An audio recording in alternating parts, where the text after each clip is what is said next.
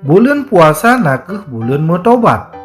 Bulan nyan poda Allah gebuka pintu rahmat dan ampunan desa siluah-luah ji bagi umat Islam. Jadi, kiban cirhi tataubat yang betul. Sadar ngan jujur bahwa gata nakeh manusia yang lekurang dan desa. Tapi todro ubak poda Allah dengan hati yang meyuk. Talake rahmat dan ampunan desa.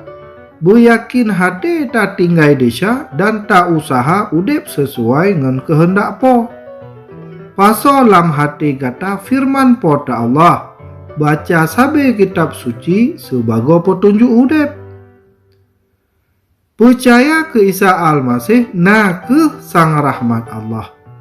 Melalui gopnyan kata metemai ampunan dan selamat dunia dan akhirat. Bakwate kata terimong ampunan poda Allah, ibadah hanle terasa berat, menankeh merumpuk nikmat dan damai hati.